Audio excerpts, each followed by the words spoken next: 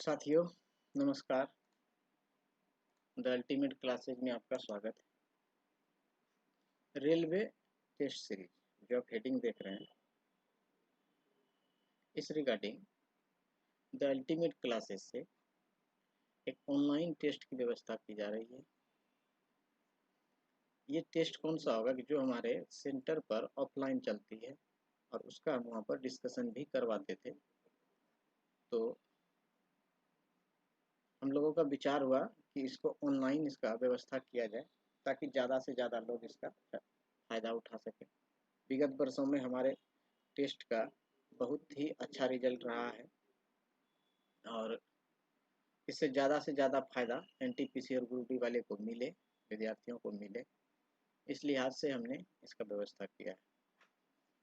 इसमें आपको 5 बजे शाम में डेली आपको पीडीएफ उपलब्ध करा दिया जाएगा। आप उसको घर पर, रूम पर, लॉज पर, जहाँ भी है उसको आप खुद से मोबाइल में डाउनलोड करके उसका सोल्यूशन कीजिए। 7 बजे आपको वीडियो आपको डेली अपलोड मिल जाएगा, जो हमारे YouTube channel the ultimate classes को आप सब्सक्राइब करके पा सकते हैं। यहाँ पर बेल आइकन भी दबा लें ताकि जैसे ही नोटिफिकेशन आएगा आपको मिल जाए। और पीडीएफ क्वेश्चन के लिए आप हमारा टेलीग्राम चैनल ज्वाइन कर लें। यहाँ पर ज्वाइन कर लें, डेली वाइज आपको क्वेश्चन मिलता रहेगा। ये है हमारे कोचिंग का, जहाँ पर हम रेलवे का भी क्लास ले रहे हैं और एनटीपीसी ग्रुप डी के लिए निःशुल्क टेस्ट का व्यवस्था किया गया है ताकि बच्चों को ज़्यादा से ज़्यादा फ़ायदा इसका मिल सके। आप हमारे इस दोनों नंबर पर, जो भागलपुर के नज़दीक है, क्योंकि भागलपुर में मेरा 2 ब्रांच है, एक एसएम कॉलेज रोड में है और एक जो है आपका उर्दू बाजार रोड में है।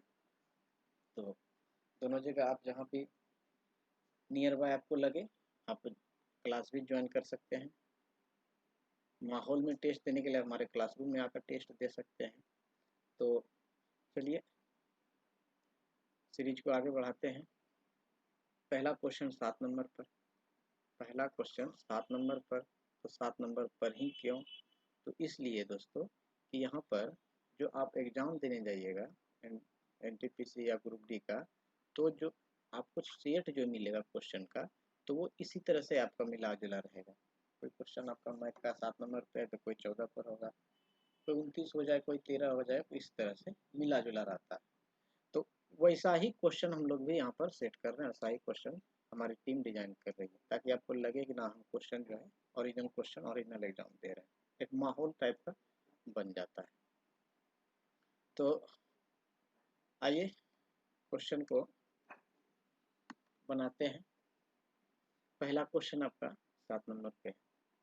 तो पहला क्वेश्चन बनाते हैं।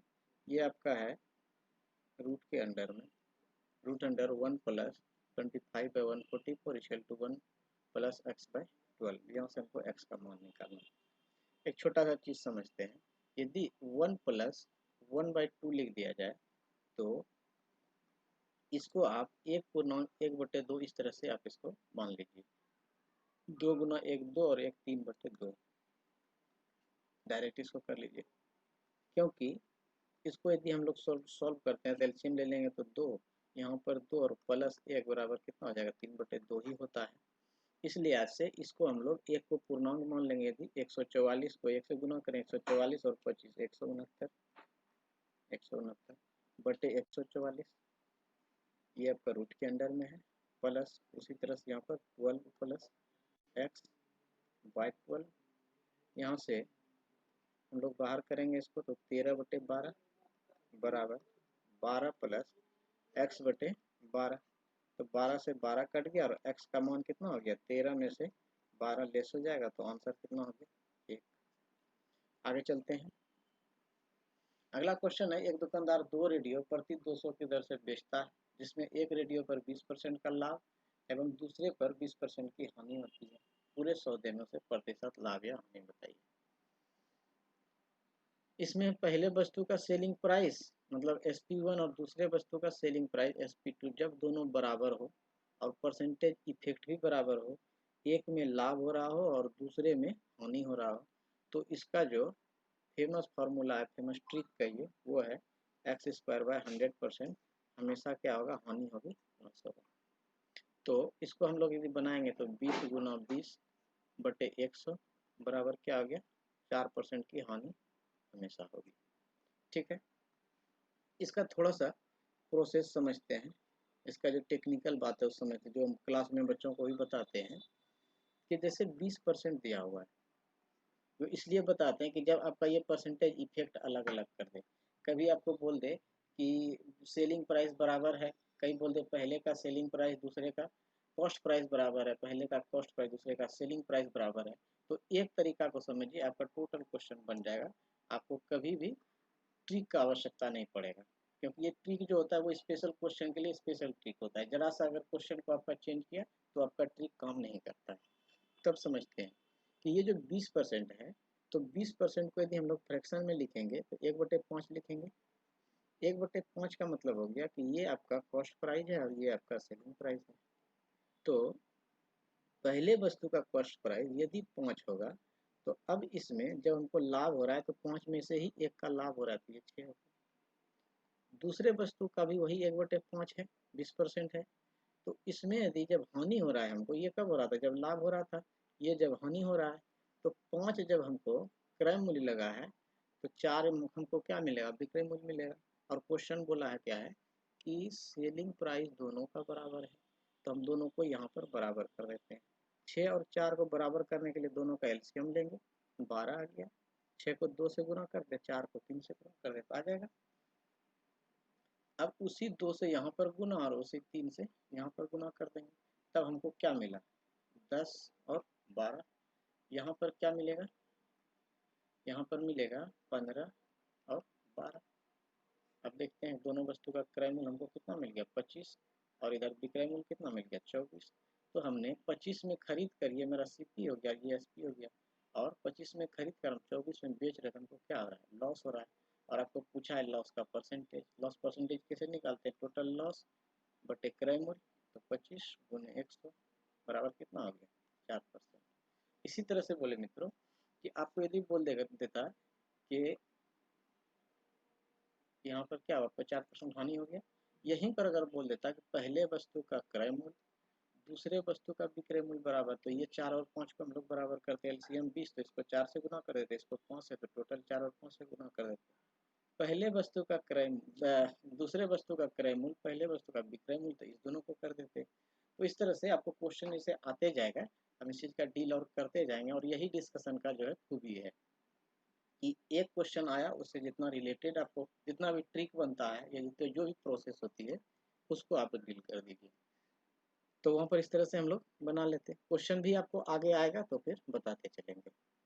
अगला क्वेश्चन, किसी स्कूल में 10 वर्ष, 15 वर्ष, 20 वर्ष की उम्र के विद्यार्थी हैं। इन विद्यार्थियों की संख्याओं का अनुपात 2, 3, 4 है। 2, 3, 4 है।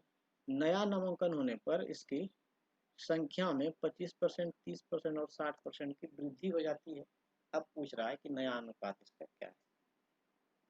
तो यहाँ पर एक चीज आपका दिया हुआ है कि 10 वर्ष, 15 वर्ष और फिर जो है आपको दिया हुआ है 20 वर्ष। ये देने का विशेष कोई औचित्य यहाँ पर नहीं है। इसके बदले आपको ABC भी दे सकता था, XYZ भी दे सकता था, राम मोहन सोहन कुछ भी नाम भी दे सकता था, बस नाम के अलावा ये कुछ नहीं है। क्योंकि यदि 10 वर्ष है, आगे चर्चा करता कि 15 वर्ष बाद इतना हो जाता है, 20 वर्ष बाद इतना हो जाता है, तब था कि इसका एज को काउंट करते, ड्यूरेशन को काउंट करते। यहाँ पर तो ऐसा कोई बात है नहीं। अब कहता है कि मुख्य बात कि ये जो है 2 और ये 3 और जो 20 वर्ष वाले का 4 के अनुपात में है। अब अगले साल इन कक्षाओं में वृद्धि होती है एडमिशन की। तो अब जब वृद्धि होगा तो इसको समझिए कि जैसे कोई भी संख्या 100% है, 25% उसमें और वृद्धि हो जाए तो हम लोग 25 उसमें और ऐड कर दें, तो कितना हो जाएगा, 125%।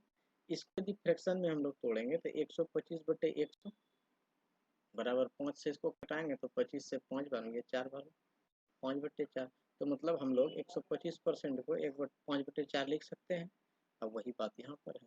तब करते क्या है कि पहले में 25% की वृद्धि होती है, तो इसमें 25% की वृद्धि कर देते हैं, 5/4 से इसको गुना कर देते हैं। फिर है दूसरे में 30% की वृद्धि होती है, 30% मतलब 130%, 130% मतलब कितना, 13/10, 13/10 कर।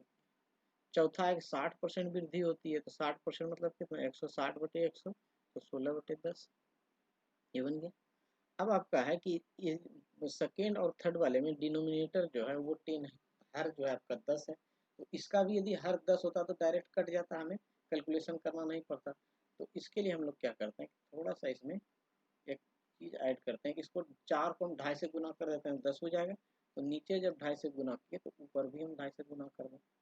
अब देखिए कि ये भी 10 पुर गया, 10 से 10 आपका क्या होगा, कैंसिल हो जाएगा, ये 10 कैंसिल हो गया, ये 10 कैंसिल, ये 10 कैंसिल। अब अपना बचा क्या, 2.5 गुना 2 5, 5 गुना 5 तो 25, और 25 देखिए आपका एक ही ऑप्शन में है, ये आपका आंसर हो गया। या इसको बना भी लें, 13 गुना 3 39, 16 गुना 4 64। इस तरह से आप इस क्वेश्चन को बना सकते हैं। आगे महज अपनी दादी के इलाज के लिए दिल्ली गया, 50% खर्च ऑपरेशन में किया, 25% दवा में, 10% यात्रा में, 10% खान पान पर खर्च किया, अंत में उसके पास 5% बचा। चूंकि हम जानते हैं कि परसेंटेज का एक गुण है कि किसी भी संख्या की यदि चर्चा करें, किसी भी अमाउंट का चर्चा करें, वो खुद में 100% होता है। अब कहता है 100% वो लेके तो गया था, लेकिन उसने खर्चा किया विभिन्न रूप मदों में, तो 50% किया ऑपरेशन में खर्च किया, 25% दवाओं में खर्च किया, 10% यात्रा में खर्च किया, और 10% जो है उसने खान पान पर खर्च किया। ठीक है, और इसके बावजूद भी उसके पास 500 रुपये बच जाते हैं। तब आपको बताना है कि कितना बचा उसके पास। तो यहाँ से 100% माइनस 50 25 75, 10 85, 10 95, 95% इसमें निकल गया। बचा कितना है, तो 5%, 5% बराबर 500, तो 100% आपको निकालना है कि 100% कितना था। यहाँ से एक तो ये कर सकते हैं कि 1% बराबर इतना, तो फिर 100% बराबर कितना, या इसको थोड़ा सा और आगे लेके चलिए, तो इसको देख लीजिए कितना गुना है। तो 5 को यदि 20 से गुना कर देंगे तो 100 पूर जाएगा, तो इधर भी 20 से गुना कर दीजिए, तो इधर से 20 से गुना कर दीजिएगा, तो ये क्या होगा, हो जाएगा 10%, ये सॉरी 10,000 हो जाएगा। आपका आंसर कितना होगा, 10,000। आगे चलते हैं। एक व्यक्ति जो पहाड़ी के ढलान के अनुदिश 4.5 किलोमीटर प्रति घंटा की चाल से तथा ढलान के विपरीत 3 किलोमीटर प्रति घंटा की चाल से चल सकता है, पहाड़ी के ऊपर जाकर वापस अपने प्रारंभिक स्थान पर 5 घंटे में आता है, वो पड़ा है पहाड़ी पर कितना ऊंचाई तक चढ़े। ये क्वेश्चन ये है कि आपका इस तरह से कोई पहाड़ी है और इस तरह से क्या ढलान है। जब ये इधर से पहाड़ी पर चढ़ता है तो उसका 3 किलोमीटर प्रति घंटा है, और वही जब वापस आता है तब उसका जो है 4.5 किलोमीटर प्रति घंटा है। कुछ ढलान भी उसको मदद कर दे रहा है। और अब क्वेश्चन है आपको कि 5 घंटा तक ही चलता है, तो वो कितना दूर तक जो है गया और फिर वहां से वो वापस आ गया। इसके लिए देखिए आसान सा तरीका है, हम लोग को पता क्या है कि चाल बराबर दूरी बटे समय, समय बराबर दूरी बटे चाल। मान लेते हैं कि x किलोमीटर तक वो चला होगा, जब वो इधर से गया होगा तो उसका चाल कितना होगा, 3 किलोमीटर प्रति घंटा दिया हुआ है, प्लस उसी x दूरी को गया होगा तो वो कितने 4.5 के स्पीड से गया, तो 9/2, तो 9 नीचे आएगा तो 2 ऊपर आ जाएगा, और समय इसको लगा कितना, 5 घंटा। अब इसका एलसीएम ले लेंगे तो नीचे 9 हो गया, ये 3x plus 2x is equal to 5। अब ये 3 और 2 कितना हो गया, 5, 5x 5x by 9 is equal to 5, 5 से 5 कैंसिल हो गया, तो x बराबर आपका क्या आ गया, 9, 9 किलोमीटर आपका आंसर है। आगे चलते हैं। आगे है एक वर्ग जिसके विकर्ण की लंबाई 12√2 सेंटीमीटर है, उसके अंतर्गत एक वृत्त बनाया गया, उस वृत्त के अंतर्गत एक समबाहु त्रिभुज बनाया गया, तदनुसार उस त्रिभुज की भुजा की लंबाई कितनी है। थोड़ा सा इस क्वेश्चन को समझिए, बढ़िया से बताते हैं इसका टेक्निकल बात जो है, उन चीज़ों को समझिए, क्वेश्चन में कुछ नहीं है। ये एक तरह का वर्ग है, और वर्ग का रूट जो होता है a√2 बराबर आपको दिया हुआ है 12√2, भुजा √2 बराबर वर्ग का विकर्ण होता है, यहाँ से √2 कैंसिल हो गया, तो a बराबर 12, मतलब ये जो आपका टोटल लंबाई है वर्ग की भुजा जो है वो 12 सेंटीमीटर है।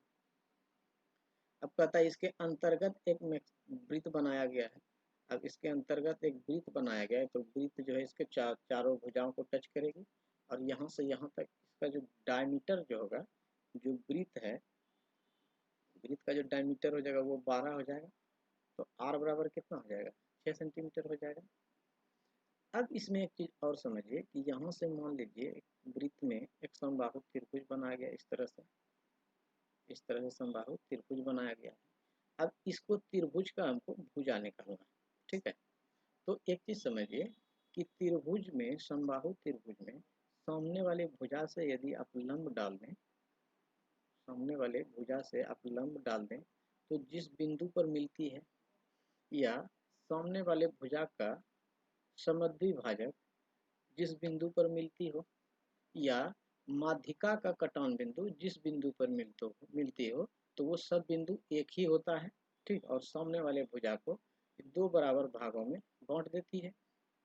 और ये जो लंबाई होती है, ये 2:1 में बांट लेती है खुद को, मतलब 2 भाग ऊपर और 1 भाग नीचे।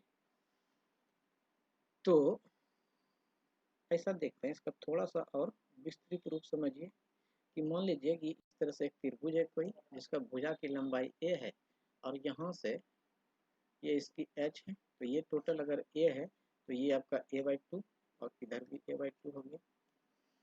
यहाँ से हम लोग क्या करते हैं कि ये इस एरिया को निकालते हैं, ये h है, सॉरी ये h है, h जो है, h बराबर हम लोग निकालेंगे यदि, तो रूट अंडर ये आपका टोटल विकर्ण हो गया, यहाँ 90 डिग्री हो जाएगा। ये जो है a² माइनस a/2 का होल स्क्वायर, h बराबर रूट अंडर a² बाय 4,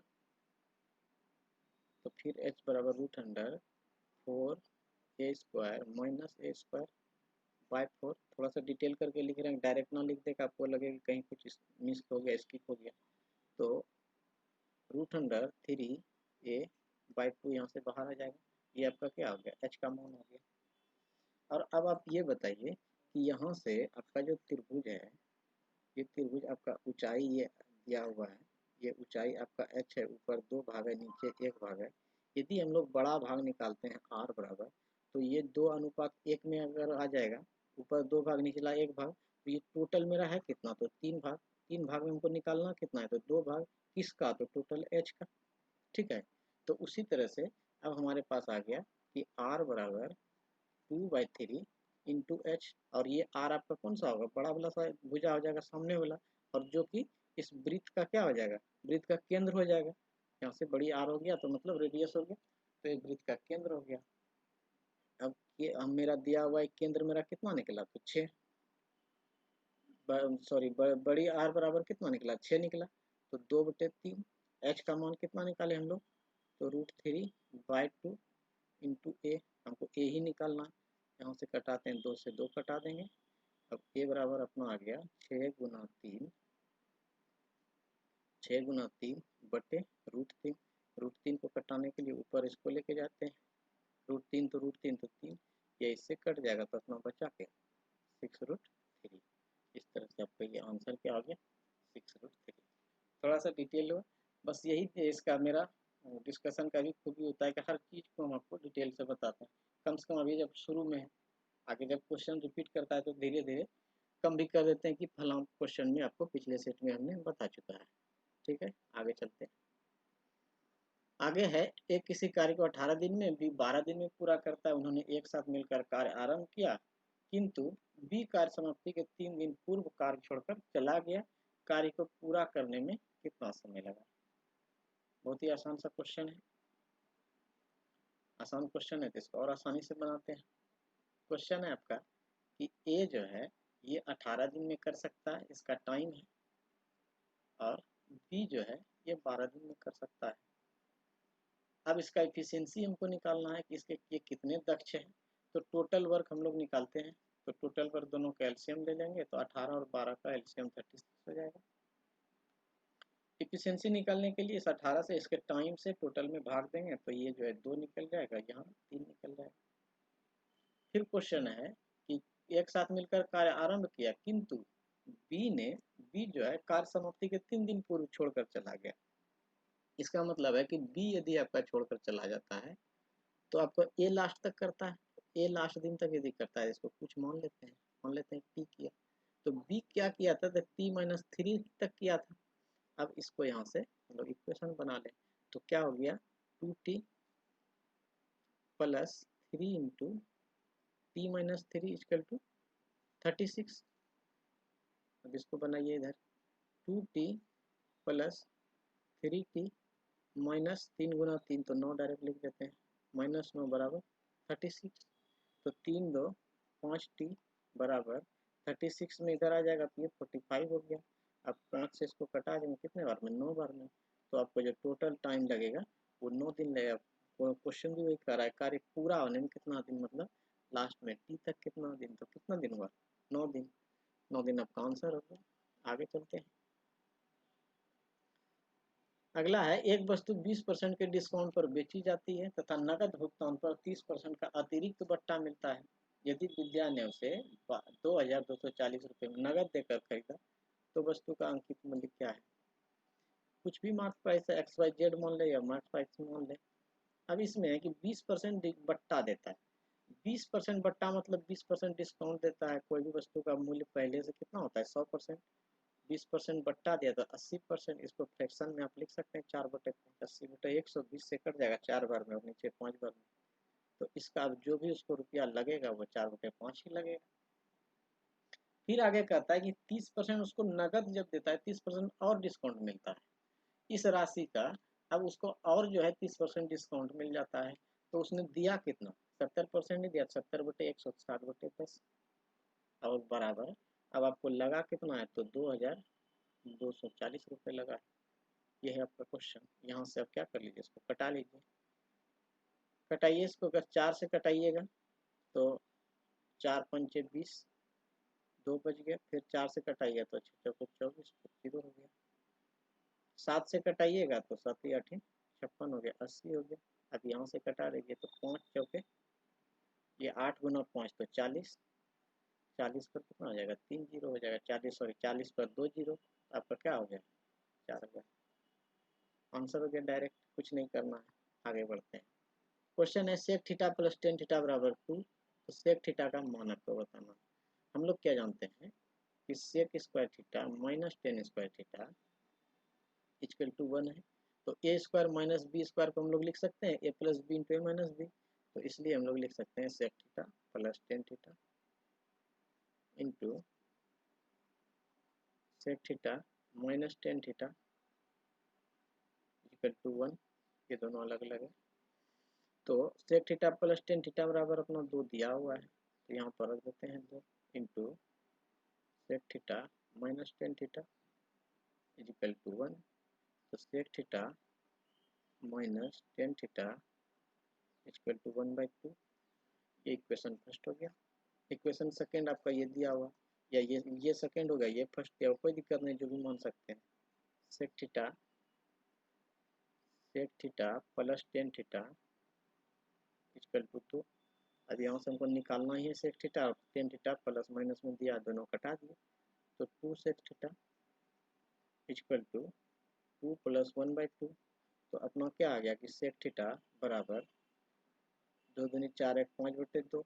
अब ये जो है 2 सेक थीटा था तो इसका 2 नीचे आ गया, तो आंसर कितना आ गया, 5/4। ये आपका आंसर है।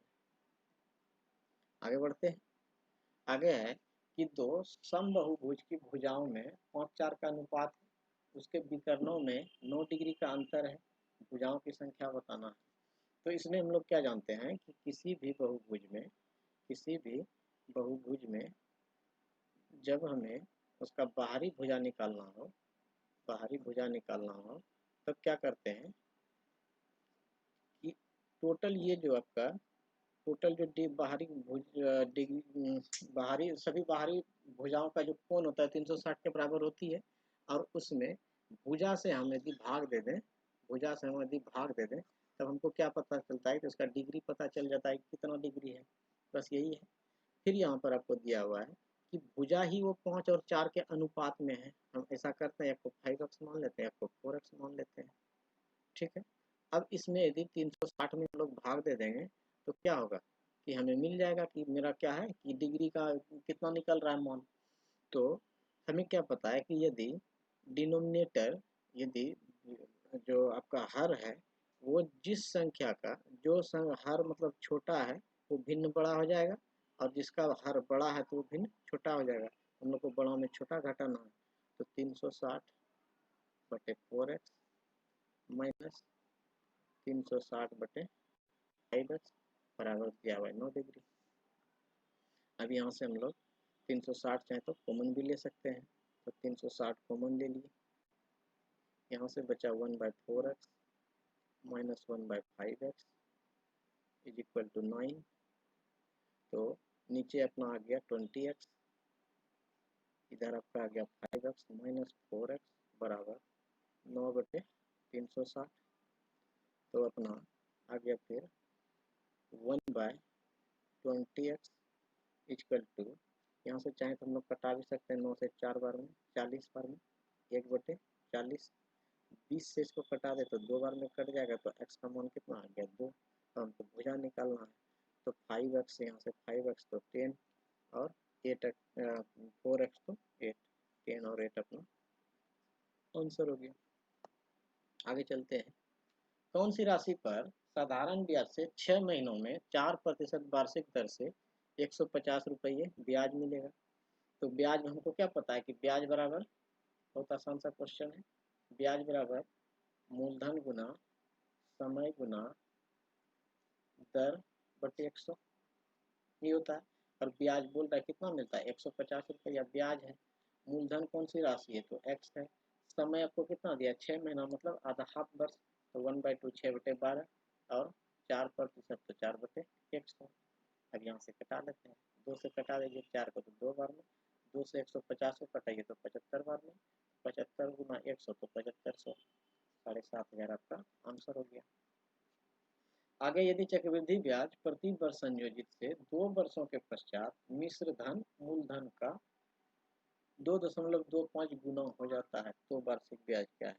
तो जब मेरा ये प्रिंसिपल है, ये अमाउंट कुछ हो जाता है चक्रवृद्धि ब्याज में, और जितने वर्ष में हो उतना उसका पावर निकालिए। 2 वर्ष में तो रूट निकाल लेंगे, 3 वर्ष में तो क्यूब निकाल लेंगे, 4 वर्ष में तो 4 निकाल लेंगे, 5 वर्ष में हो तो 5 निकाल लेंगे, जो भी रहेगा उस अनुसार से निकाल लेंगे तो मेरा निकल जाता है।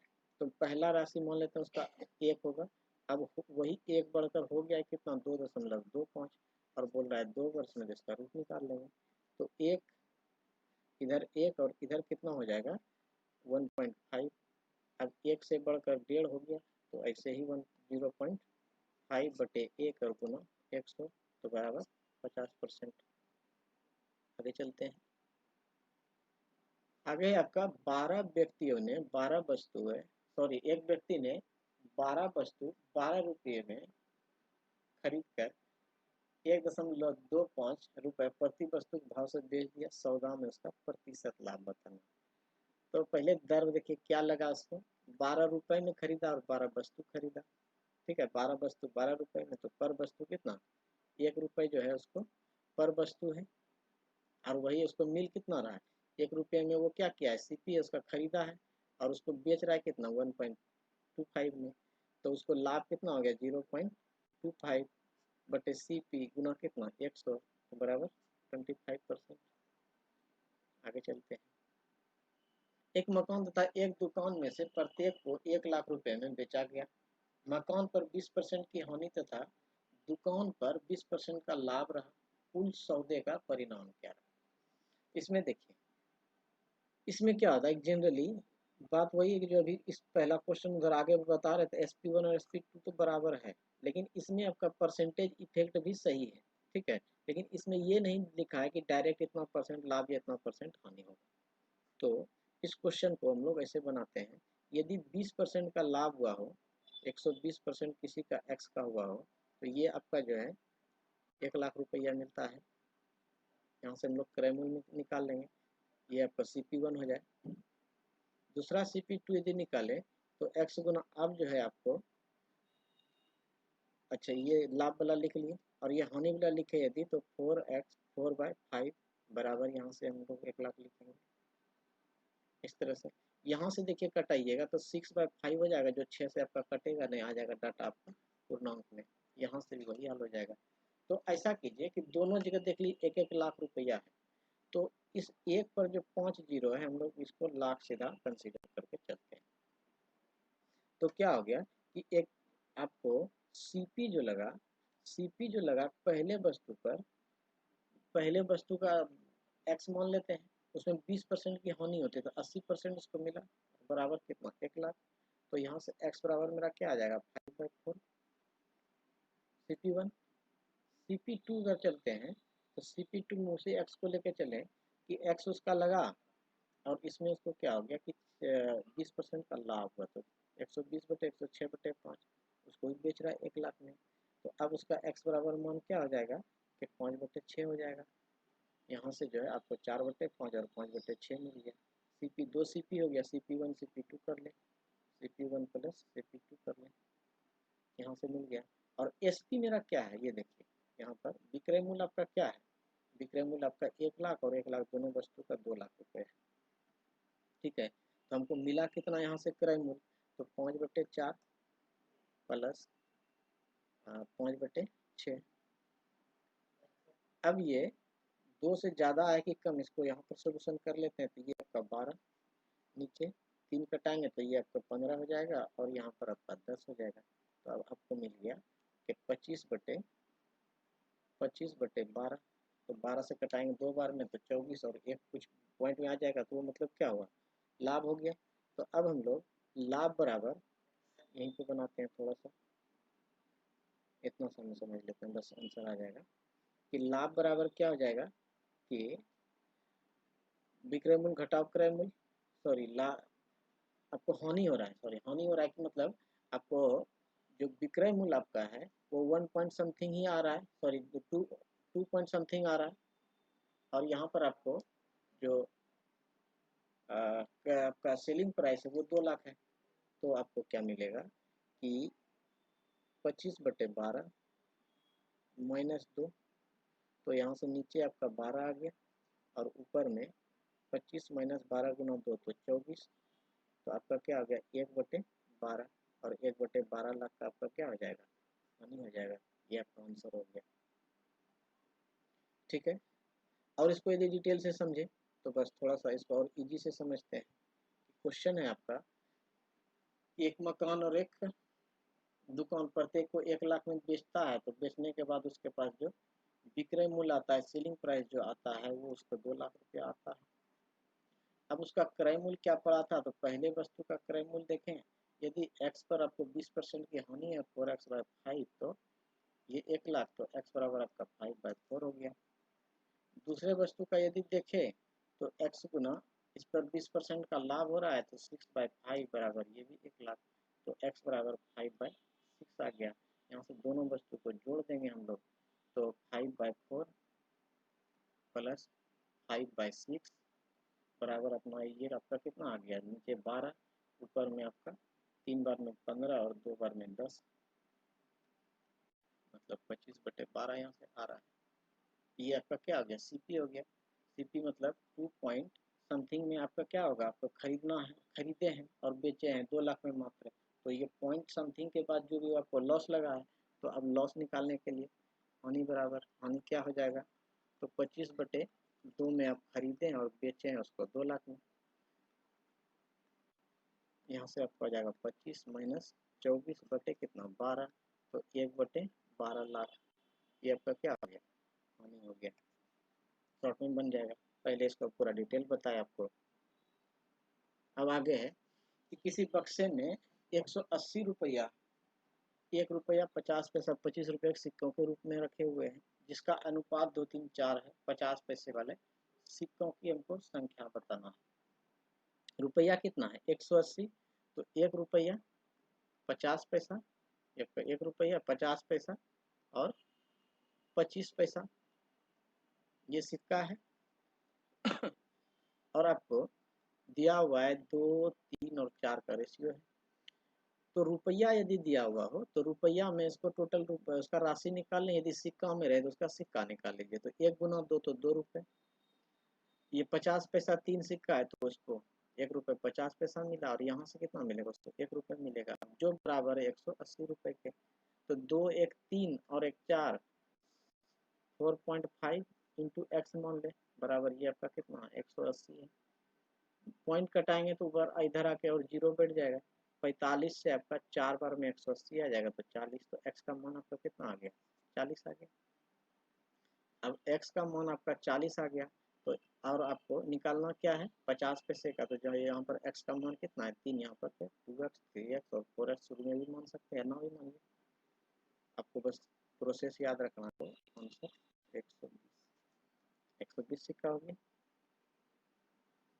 आगे है 3 संख्याओं का औसत 160 है यदि उनमें पहली संख्या शेष 2 संख्याओं के योग का 1/4 के बराबर हो, तो पहली संख्या क्या है। 3 संख्या बोला है ए बी और सी मान लें।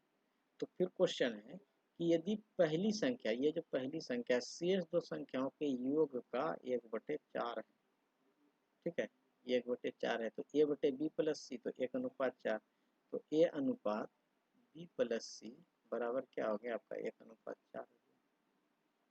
अब फिर कह रहा है कि ये जो तीनों संख्या है इसका एवरेज जो है आपका 60 है।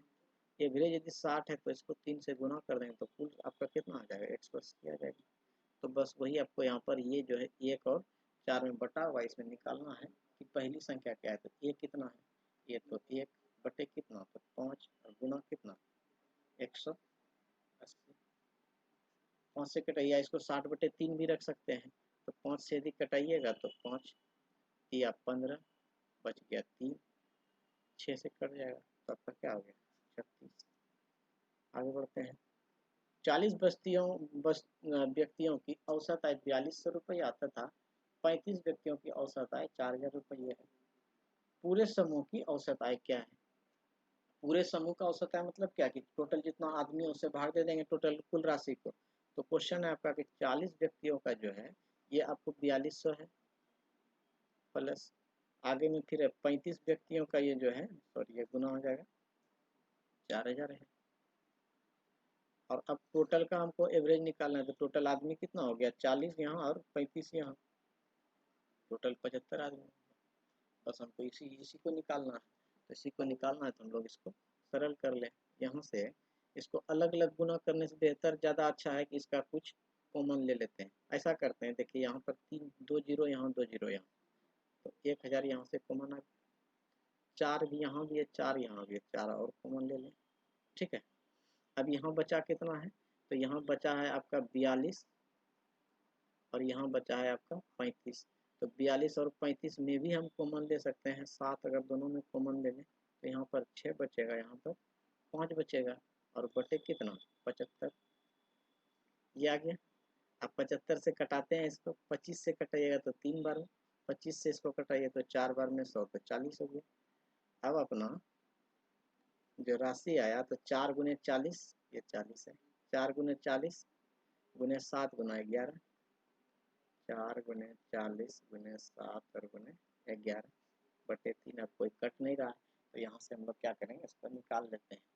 4 गुना 4 तो 16, 160 हो गया। 16 गुना 7 यदि कर दें तो 112 और इसको गुना 11 से करेंगे तो 11 से गुना करने का मतलब क्या है, एक दूसरे को जोड़ते जाइए बटे 3, जीरो हो गया लास्ट में, 0 2 और 0 तो 2 2 1 3 1 1 2 और इधर 1 बटे कितना 3। अब इसको यहाँ से कटा लीजिए तो 4 या 12, 3 से कट जाएगा, फिर एक बार में, फिर 2 कटेगा नहीं, फिर 0, फिर 6, 2/3, 4106 रुपये, 2/3 रुपये। आगे है 4 घंटियाँ 4 6 8 और 14 सेकंड के अंतराल पर बजती है। वे चारों इकट्ठा 12 बजे बजना प्रारंभ करती है। किस समय वे फिर से इकट्ठा बजेगी। तो बस कुछ नहीं है, सबका एलसीएम ले लेना है और मिनट और सेकंड उसका निकाल लेना है। बोलता है एक तो 12 बजे बज गया, अब कब बजेगा, तो 4 6 8 और 14, इसका एलसीएम ले लेते हैं।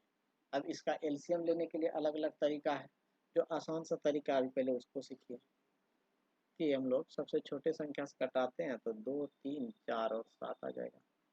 और कटेगा तो एक बार दो संख्या और कट रहा है 2 से, तो 1 3 2 और फिर 7 आ गया। अब सबको आपस में गुना कर लें, 2 गुना 2 4 गुना 3 12 गुना 2 24 24 और गुना 7। अब जो है आपका 24 गुने 7, 7 चौके 28 की 8 बचा 2, 7 दूनी 14 तो 16, 168 जो है आपका सेकेंड हो रहा है। तो इसमें 60 से यदि भाग देंगे तो हमको क्या मिलेगा, मिनट और सेकेंड दोनों मिलेगा। 3 बार में रहता तो 180 आ जाता, जो नहीं है तो 2 बार में है 2 मिनट। और ऑप्शन में देखिए 2 मिनट 48 सेकेंड एक ही दिया, तो आगे 48 ही होगा। आपका आंसर क्या होगा, 12:02 48 सेकेंड के बाद फिर वो बजेगा। अब है आगे, एक आयताकार प्लॉट की भुजा में 5 और 4 का अनुपात है।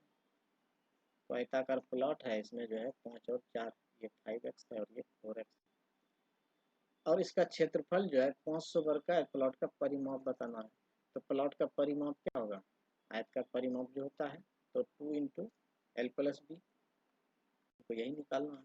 तो क्षेत्रफल हम क्या जानते हैं, लंबाई गुना चौड़ाई। आयत का क्षेत्रफल जो होता है लंबाई गुना चौड़ाई, L × B। तो क्षेत्रफल मेरा दिया हुआ 500 है, लंबाई कितना है तो 5x, चौड़ाई कितना है तो 4x। ये करना है, 5 से कटाएंगे इसको तो ये 100 बार में कट जाएगा, 4 से कटाएंगे तो ये 25 बार में कट जाएगा, और इधर x² बराबर 25, तो x बराबर कितना 5। अब x बराबर 5 है, परिमाप मेरा क्या है 2 × L+B, तो L मतलब क्या है 5x + 4x। यहाँ पर जो है 5 गुने 5 करेंगे तो 25, प्लस 5 गुना 4 करेंगे तो 20, और गुने 2, 25 और 20 45 गुने 2 90 मीटर आपका आंसर हुआ। आगे किसी घनाभ की भुजा का अनुपात 1 2 3 है। इसका पृष्ठीय क्षेत्रफल 88 सेंटीमीटर है, तो घनाभ का आयतन बताना। कोई घनाभ है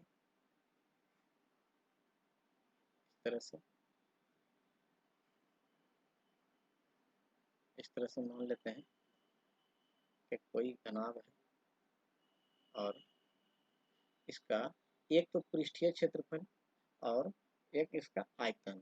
तो आयतन इसका क्या होता है, घनाभ का जो आयतन होता है ये 3D फिगर होता है, इसलिए L × B × H, लंबाई, ये आपका लंबाई हो गया, ये आपका ब्रेथ हो जाता है, और ये आपका हाइट हो जाता है, लंबाई गुना चौड़ाई गुना ऊंचाई, ये हो गया। और इसका जो पृष्ठीय क्षेत्रफल होता है, इसका क्या मतलब, इसमें देखिए ये चारों बगल आयताकार के भाग होता है, एक आयत इधर हो गया, एक इधर, एक ऊपर में, एक नीचे, एक इस साइड एक इस साइड, इसलिए आयत का क्षेत्रफल जैसे आप जानते हैं L × B, और उसमें हर एक में दो मिल जाता है, इसलिए ये आ जाता है 2 से उसको सारे को गुना करना होता है, LB प्लस आगे LH प्लस BH, 2 से गुना करके, और ये मेरा क्या दिया हुआ है 88 दिया हुआ है। अब यहाँ से हमको LBH निकाल लेना है, और क्योंकि मेरा 1 2 और 3 के अनुपात में दिया हुआ है। अब जो है 88 दिया हुआ है, तो 2 × LB, L ये होगा तो B ये होगा, सब में x लगा देते हैं हम लोग, ठीक है।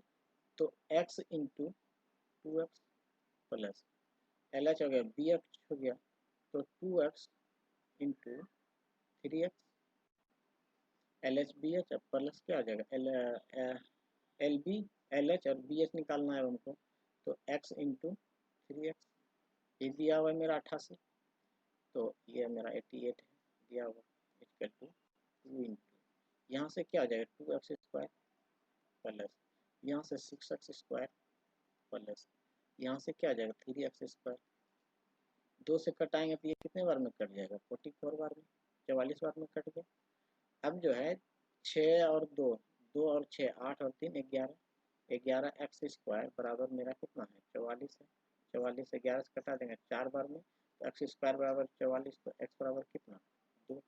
अब यहाँ से LH BH हमको निकाल लेना है, जो मेरा दिया है कितना 1 और 2 और 3 के अनुपात में, तो x × 2x × 3x ये होना चाहिए, तो x का मान 2, तो 2 गुना x का मान यहाँ पर 2, यहाँ पर 3, और गुना कितना 2, तो 2 दूने 4 गुना 8 दूने 16 और 3 48 सेंटीमीटर स्क्वायर। अगला क्वेश्चन आपका 91 है। 40 आदमी किसी कार्य को 40 दिन में पूरा कर सकते हैं।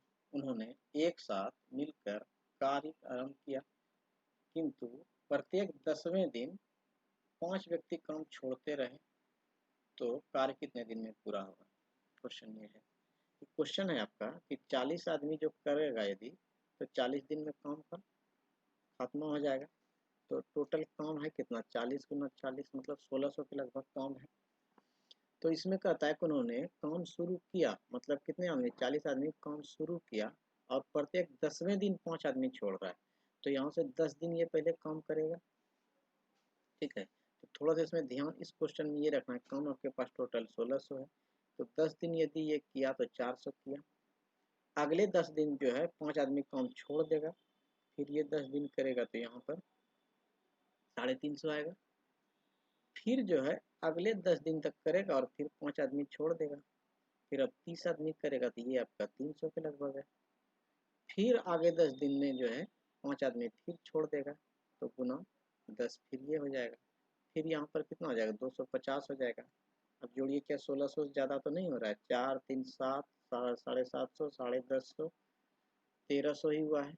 10 दिन और करवा दीजिए, तो 20 गुना प्लस में हो जाएगा ये 20 गुने 10 प्लस, फिर आगे 15 आदमी करेगा तो x दिन करे, प्लस यहाँ पर 200 plus 15x।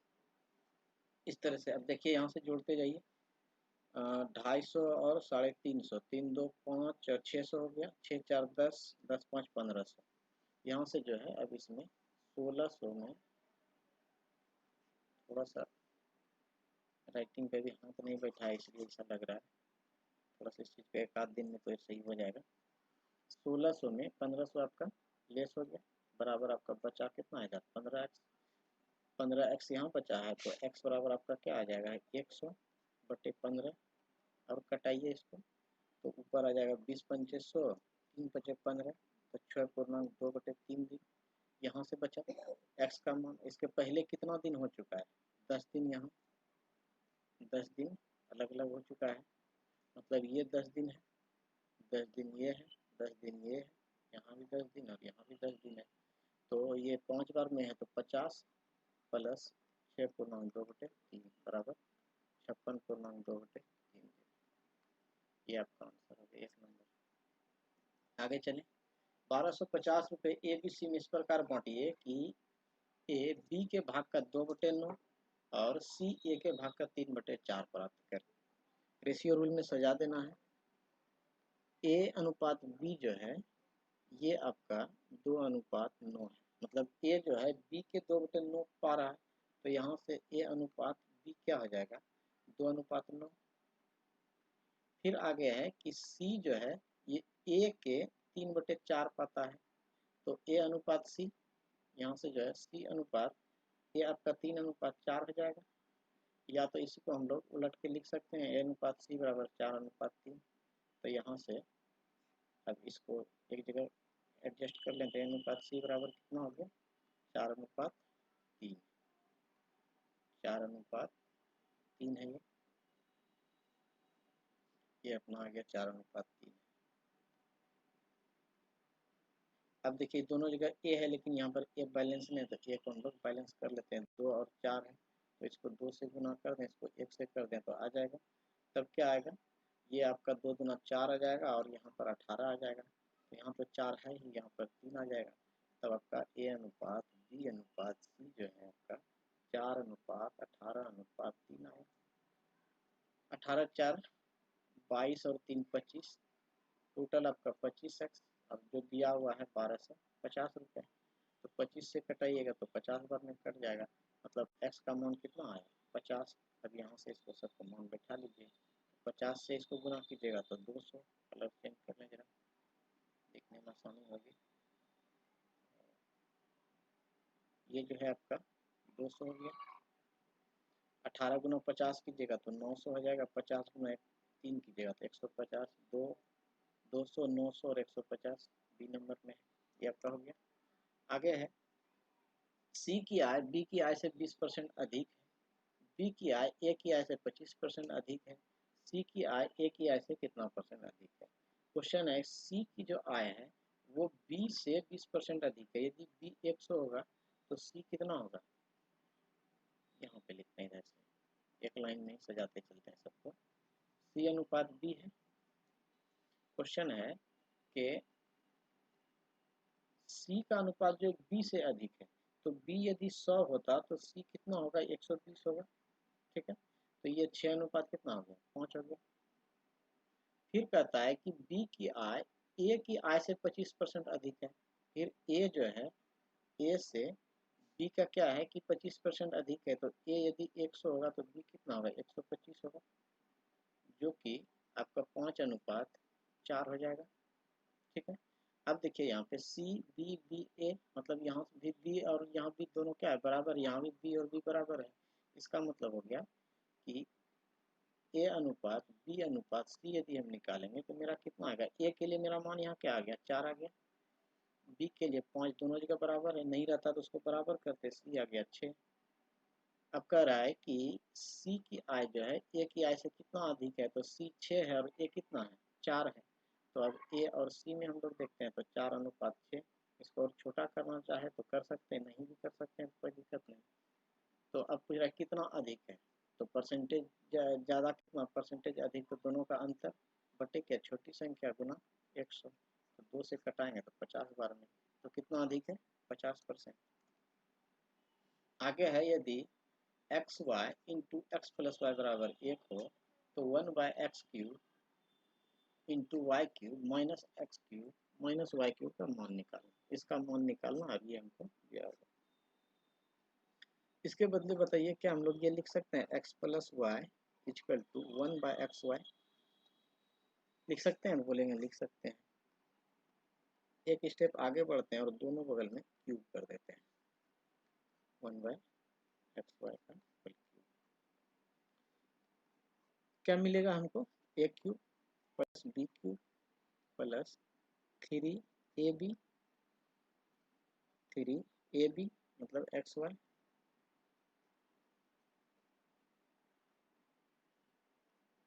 3ab into a plus b, इधर से मिल गया, और इधर से क्या मिल जाएगा, बराबर में x³ और y³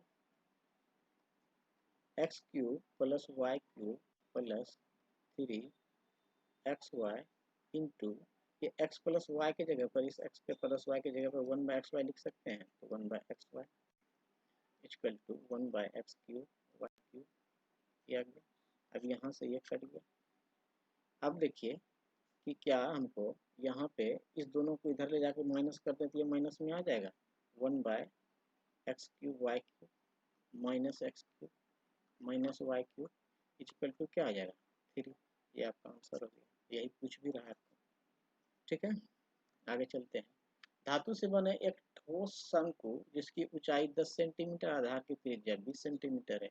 कहता है कि एक शंकु है जिसका ऊंचाई जो है 10 सेंटीमीटर है और आधार की त्रिज्या जो है ये 4 सेंटीमीटर, आधार की त्रिज्या जो है वो 4 सेंटीमीटर है, और इसको पिघलाकर 4 सेंटीमीटर व्यास वाला एक गोला बनाया गया है।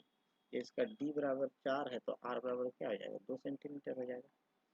इसका कितना संख्या है, तो क्या करते हैं कि इसके आयतन में इसके आयतन से भाग दे देते हैं, तो भाग दे देते हैं, तो 1/3 पाई r क्यूब, सॉरी पाई r स्क्वायर h शंकु का आयतन बराबर 4/3 पाई r क्यूब घन का आयतन।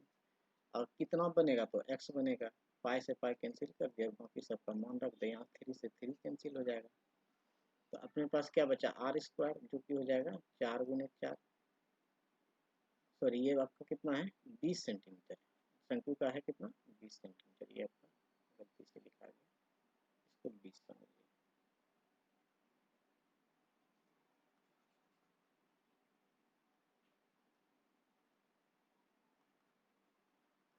बीस सेंटीमीटर, तो ये आपका 20 गुने 20 और h कितना है, तो 10 है, बराबर 4 इंटू आर क्यूब, तो r यहाँ पर कितना है आपका, 2 गुने 2 गुना 2, 8 भी लिख सकते हैं डायरेक्ट, इंटू क्या, x।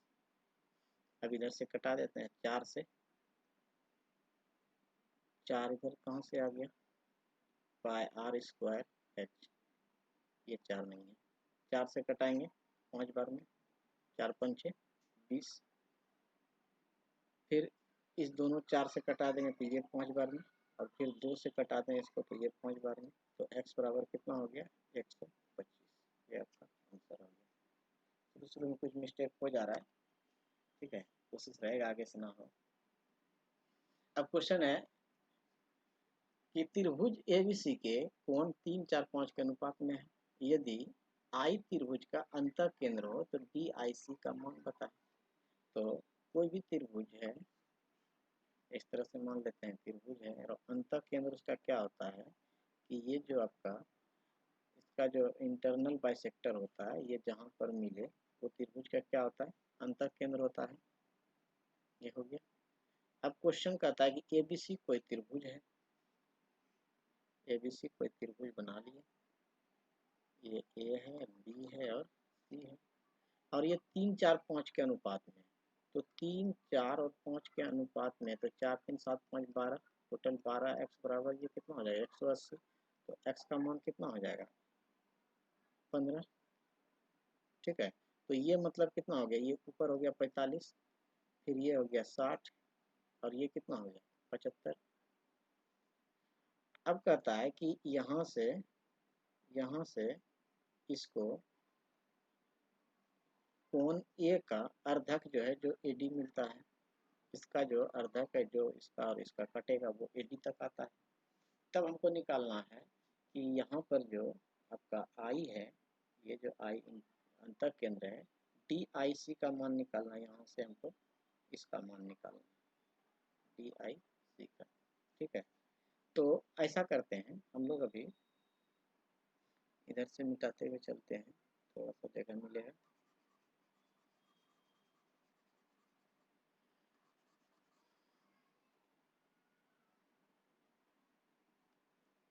अब देखिए कि त्रिभुज में चलते हैं, ए बी और सी में। इस कोण का ये बाइसेक्टर है, ये 45 है, तो ये कितना हो जाएगा 22.5 हो जाएगा, 22.5 हो जाएगा।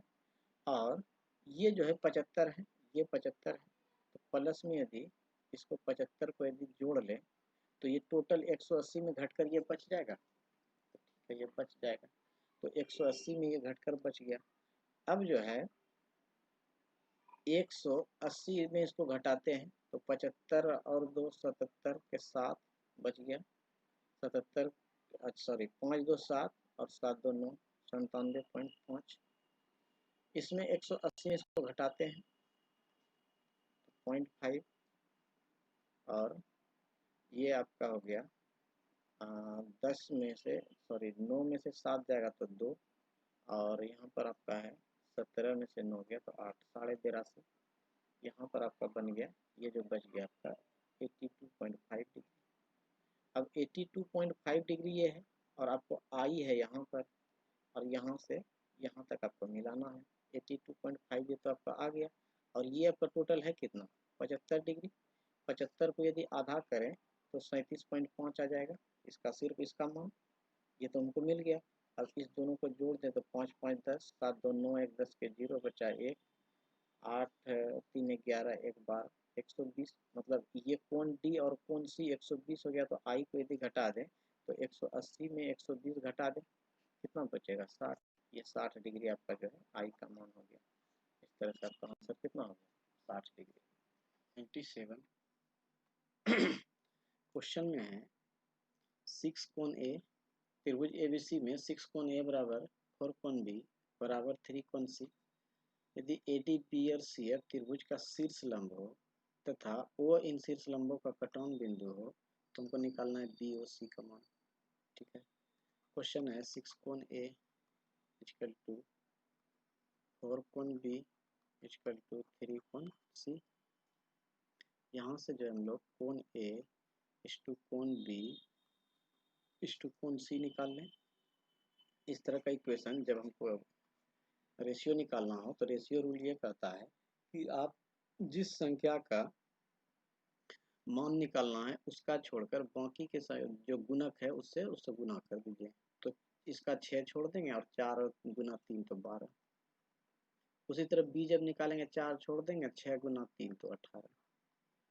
उसी तरह सी जब निकालेंगे तो 6 गुना 4 तो 24, और छोटा होगा तो और कर देते हैं 2 3 4, 6 से कट जाएगा। अब त्रिभुज के तीनों कोण का मान दे दिया, तो 2 3 5 और 4 9, मतलब 9x इक्वल टू 180 डिग्री। तो x बार का मान कितना हो गया 20 डिग्री, 9 से कट जाएगा 20 बार में, तो मतलब ये अपना हो गया 40 डिग्री, ये हो गया 60 डिग्री और ये हो गया 80 डिग्री। अब त्रिभुज में चलते हैं।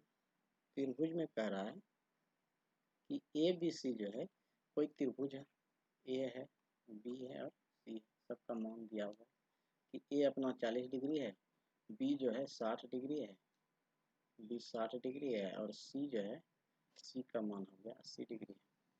और यहाँ से एक लंब डाला गया है इस पे, तो ए डी, बी से डाले तो बी ई और सी से डाले तो सी एफ। जो भी लंब डालाएगा वो क्या होगा 90 डिग्री, और यहाँ पर जो शीर्ष लंबों का कटान बिंदु वो ओ है, तो हमें निकालना है बी ओ सी इसका टोटल वैल्यू। ठीक है, इसको निकालते हैं। तो ऐसा करते हैं कि इस त्रिभुज में ट्रायंगल बी एफ और सी में, इसमें देखिए क्या है कि ये कोण आपका कितना है 90 डिग्री, 90 डिग्री प्लस कोण बी टोटल आपका आ जाएगा, तो टोटल आपका 60 डिग्री। और अब आपके पास क्या बचा है एफ सी और बी प्लस कोण F C B equal to 180 degree. तो 90 और 60 150 180 में घट जाएगा, तो कोण एफ सी बी बराबर कितना बच गया 30 डिग्री। अब यहाँ पर आपका आ गया 30 डिग्री। ठीक है, अब 30 है और यहाँ पर आपका 90 है, तो 90 और 30 120, यहाँ से ये निकल गया कितना 60 डिग्री। उसी तरह से अगर हम इसको निकाल लें, इसमें अब निकाल लेते हैं, थोड़ा सा इधर इरेज करते हैं साइड में, इसको इरेज करते हैं।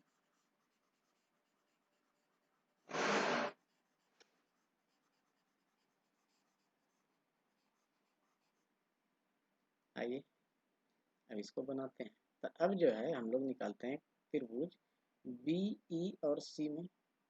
अब त्रिभुज बी ई और सी में, तब देखिए क्या हो जाएगा कि कोण सी, सॉरी कोण ई तो 90 डिग्री, ये भी लंब है तो 90 डिग्री होगा। फिर है कोण सी, ये टोटल अब आ जाएगा प्लस 80 डिग्री हो जाएगा, और प्लस क्या हो जाएगा कि ई बी सी प्लस कोण ई बी सी बराबर कितना 180 डिग्री। तो कोण ई बी सी का मान निकल जाएगा 90 और 80 170, 180 में 170 घटा देंगे तो 10 डिग्री, यहाँ से अपना आ गया 10 डिग्री। अब इसका मान हो गया कितना तो 10 डिग्री।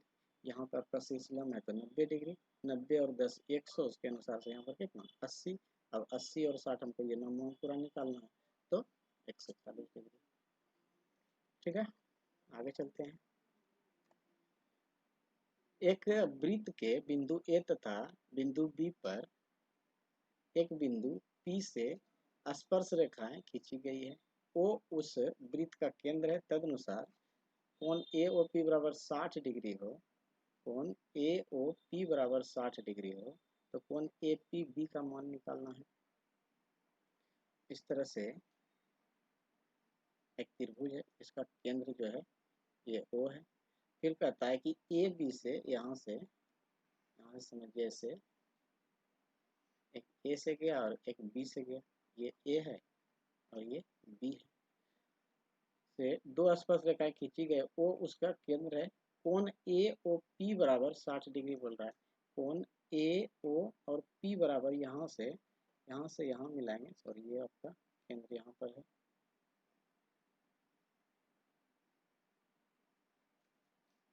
केंद्र थोड़ा सा अभी यूज टू नहीं है तो इधर उधर हो जाता है, माइंड नहीं कीजिएगा, हो जाएगा एक आध दिन में, बहुत जल्दी आपको बहुत अच्छा लेक्चर भी मिलना शुरू हो जाएगा। यहाँ पर ओ है, सॉरी ये ओ है और यहाँ पर आपका बिंदु वृत्त का केंद्र है।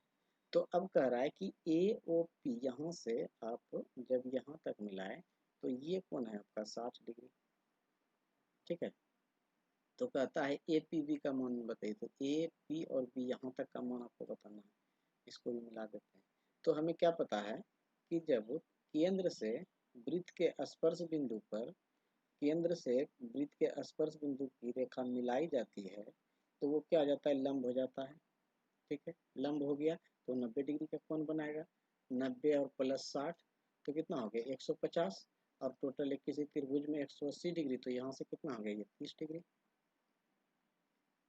ये 30 डिग्री हो गया तो सेम पोजीशन इधर भी होगा, तो ये भी 60 और ये 90, तो यहाँ भी 30 डिग्री। तो आपका आंसर क्या हो गया 60 डिग्री। ठीक है, क्योंकि जो केंद्र से स्पर्श रेखा पे बना रहे हैं जितना का कोण 60 का, ये भी 60 ही बनाएगा। लंब डाल दिए तो 90 आएगा, तो ये भी 90 हो गया। आंसर क्या हो गया आपका 60 डिग्री। आगे देखते हैं। आगे है 29 से बड़ी दो संख्याओं का महत्तम समापवर्तक 29 तथा लघुत्तम समापवर्तक 4147 है। इन संख्याओं का योग बताना है। हम क्या जानते हैं कि लघुत्तम एलसीएम या HCF, LCM into HCF equal to पहली संख्या गुना दूसरी संख्या, ये हम लोग जानते हैं, यही होता है। चलिए मान लेते हैं 29 से बड़ी कोई संख्या है तो 29 का ही मल्टीपल कोई होगा, 29A और 29B, ये दोनों संख्या है। अब एलसीएम इंटू एचसीएफ, तो एलसीएम आपका कितना है 4147 इंटू एचसीएफ कितना है तो 29। अब पहली संख्या गुना दूसरी संख्या, तो 29A इंटू 29B ये हो जाएगा। अब यहाँ से कटाते हैं, 29 से 29 कट गया और इस 29 से कटाइएगा तो ये 143 में आ जाएगा। अब आपका आ गया ए इंटू बी बराबर 143। अब इसका कितना सब फ्रैक्शन हमको अवेलेबल हो सकता है, एक तो है, एक निकल जाएगा, एक गुना 143, दूसरा यदि निकलिएगा तो 11 से और 13 से, दूसरा इसके अलावा कोई नहीं मिलेगा। और क्वेश्चन कर रहा है 29 से बड़ी होना चाहिए, यहाँ यदि एक लेंगे तो 29 ही रह जाएगा, जो इनवैलिड हो जाएगा, 143 से गुना करें तो ठीक है। तो इसलिए हमको कौन सा लेना होगा, यही पेयर लेना पड़ेगा, दो पेयर बनता है। तो अब हमको संख्या एक हो गया 11, एक हुआ 13, तो यहाँ से इस दोनों का हमको मल्टीपल पूछ रहा है, 29 इंटू 11 प्लस 29 इंटू 13। अब यहाँ से 29 को हम कॉमन ले लें, 11 और 13 हो जाएगा 24, 29 इंटू 6 करें तो 9 गुना 4 9 चौके 36, 696 हो जाएगा आंसर। ठीक है, आगे चलते हैं। एक चतुर्भुज की, यदि एक चतुर्भुज की एक भुजा 10 सेंटीमीटर हो तो उसके विकर्णों का योग क्या है। ये डायरेक्ट फार्मूला से है कि किसी समचतुर्भुज की, किसी समचतुर्भुज का यदि एक भुजा दिया हुआ हो, ठीक है, एक भुजा से दिया हुआ हो क्वेश्चन हो, तो इसका फार्मूला क्या होता है, समचतुर्भुज की एक भुजा, समचतुर्भुज की एक भुजा बराबर होता है रूट अंडर d1 का स्क्वायर प्लस d2 का स्क्वायर, जहाँ d1 और d2 आपका क्या है कि विकर्ण है, समचतुर्भुज का विकर्ण है ये। ठीक है, तो एक भुजा अपना दिया हुआ है 10, सॉरी यहाँ पर हाफ होता है, half into root under d1 d2, तो 10 गुने 2 रूट अंडर d1 का स्क्वायर प्लस d2 का स्क्वायर, तो ये 20 गुना 20 इधर आके हो जाएगा कितना 400, ये 400 का हो जाएगा आंसर। ठीक है, 100 नंबर तक आपका क्वेश्चन था, जितना भी 25-30 क्वेश्चन आपका आया। ये थैंक्स फॉर वाचिंग। और आपको हमारा ये प्रयास वीडियो कैसा लगा, आपको इसके लिए आप ज़रूर कमेंट्स करें और शेयर इसको ज़रूर करें, शेयर करें। अगर पसंद आया हो तो लाइक, और आगे इस तरह से यदि आप चाहते हैं कि डेली हम टेस्ट दे सकें तो सब्सक्राइब करके बेल आइकन दबा लीजिए, ताकि आपको डेली अपडेट मिलता रहे।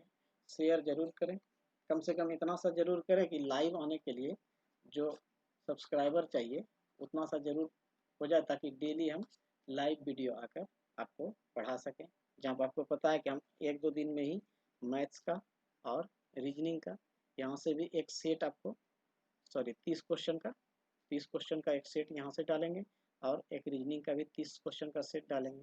लेटेस्ट पैटर्न होगा, हर चीज़ मैथ में आपको मिलेगा, हर चीज़ आपको रीजनिंग में मिलेगा, बेहतर से बेहतर आपको कॉन्सेप्ट भी मिलेगा।